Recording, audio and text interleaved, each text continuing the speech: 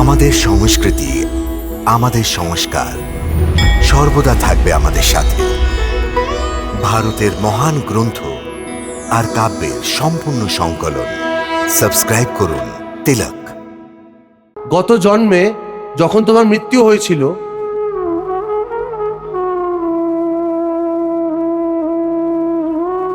ওই সময় তোমার সমস্ত আত্মীয় স্বজন সম্বন্ধী কেঁদেছে হবে।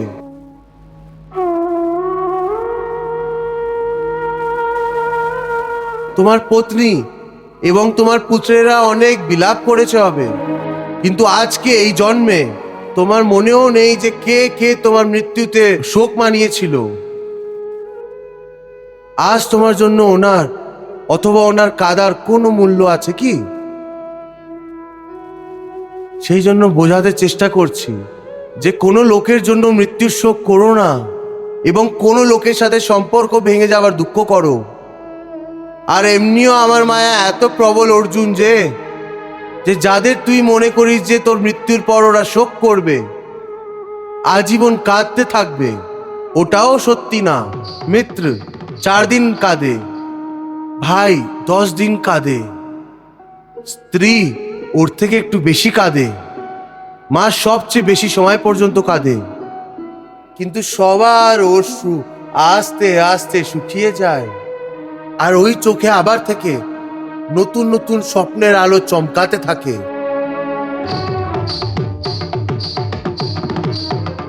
হে অর্জুন, তুমি কি বলতে পারবে যে গত জন্মে তোমার কোন আত্মীয় স্বজন তোমার জন্য কতটা কেঁদেছিল?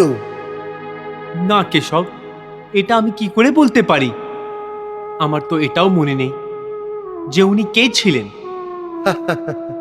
ব্যাস, যেইভাবে তুমি তোমার গত জন্মকে ভুলে গেছো, ঠিক ওইভাবেই তুমি তোমার এই জন্মকেও ভুলে যাবে। এই জন্মের সম্পর্কের অর্থ তোমার আগামী জন্মে কিছুই থেকে যাবে না। আজ অভিমন্যুকে তুমি তোমার পুত্র বলে মনে করছো, হতে পারে যে পেছনের জন্মে ও তোমার পিতা ছিল, অথবা আগামী জন্মে ও তোমার মহা শত্রুও হতে পারে। আজকে তুমি যাদের নিজের আত্মীয় স্বজন বলে মনে করছো, যাদের সম্মানিত বলে মনে করছো, আর এই জন্যেই ওদের হত্যা করতে সংকোচ বোধ মনে করছো, হতে পারে ওদের মধ্যে কেউ তোমাকে তোমার পেছন জন্মেতে হত্যা করেছিল।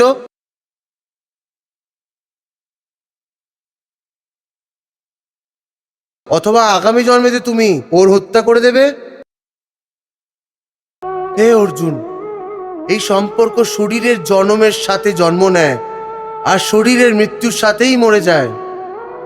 সেই জন্য এই আত্মীয় স্বজনের চক্রবিউ থেকে বাইরে বেরিয়ে এসো। আত্মা অমর, এই অমর সত্যিকে স্বীকার করো। সম্পর্ক তো বদলাতেই থাকে। সঞ্জয়, এই রকম লোকেরা পরিবারের মধ্যে আছে, ঝগড়ার বীজ বপন করে, ভাইকে ভাইয়ের থেকে আলাদা করে দেয়, সংযুক্ত পরিবারে শত্রুতার বীজ বপন করে দেয়। এই কৃষ্ণ সত্যিই কথার জাদুকর। ছোটবেলায় মাখন খেয়ে খেয়ে এর কথাও মিষ্টি আর সুন্দর হয়ে গেছে।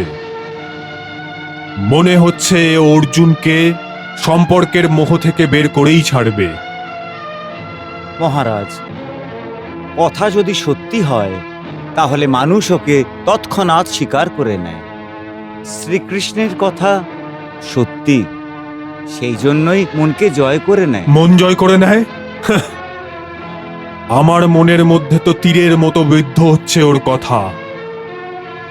আমি তো প্রসন্ন ছিলাম যে কৃষ্ণ এই যুদ্ধে অস্ত্র উঠাবে না, কিন্তু আজ জানতে পারলাম যে ওর সবচেয়ে ভয়ঙ্কর অস্ত্র হচ্ছে ওর জিভ, আর ও এই অস্ত্রকে ভীষণভাবে ব্যবহার করছে। এখন আর কেউ কিছুই করতে পারবে না। এখন বলো, ওর জিভ কি ধরনের অগ্নিবর্ষা করছে? হে অর্জুন, এই জন্য তোমাকে না সম্পর্কের জন্য মোহ করা উচিত, না সম্পর্ক ভেঙে যাওয়ার শোক করা উচিত। হরে কৃষ্ণ কৃষ্ণ কৃষ্ণ